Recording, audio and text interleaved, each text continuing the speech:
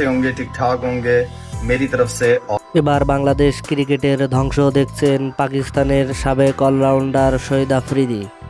শহীদ আফ্রিদি বলেছেন, বাংলাদেশ দল দুর্বল, যুক্তরাষ্ট্রের সাথে যেভাবে খেলছে তাতে করে বাংলাদেশ দলের সামনে বিশ্বকাপে কি করবে তা আমার বোধগম্য নয়।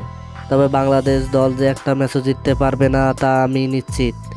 তার কারণ ইংল্যান্ডে জন্ম হয়েছিল ক্রিকেটে, আর বাংলাদেশে তার হবে মৃত্যু, এমনটাই জানিয়েছেন শহীদ আফ্রিদি। বাংলাদেশ দলের ওপেনার লিটন কুমার দাস এমন পারফরমেন্স করছেন যা একদম যা ইচ্ছে তাই। এদিকে শহীদ আফ্রিদি বলেছেন, বাংলাদেশকে উন্নতি করতে হলে টি-20 ফরম্যাট বাড়াতে হবে, না হলে এভাবেই দুর্বল দলের সাথেও হারতে হবে তাদের। দুর্বল দলের সাথে হারতে হারতে এক সময় বাংলাদেশ ক্রিকেটের মৃত্যু হতে পারে, কারণ বাংলাদেশ দল এমন পারফরমেন্স করছে যা চোখে পড়ার মতো নয়। তাই তো বাংলাদেশের ক্রিকেটের মৃত্যু হতে পারে যে কোনো সময়। এদিকে বাংলাদেশ দলের ওপেনিং ব্যাটসম্যান সৌম্য সরকারও বাজে পারফরমেন্স করছেন। হাথুরু সিংয়ের কারণেই সে টিকে আছে, অথচ তাকে অনেক কোটি কোটি টাকা দিয়ে দলে রাখছে হাথুরু সিংয়ে।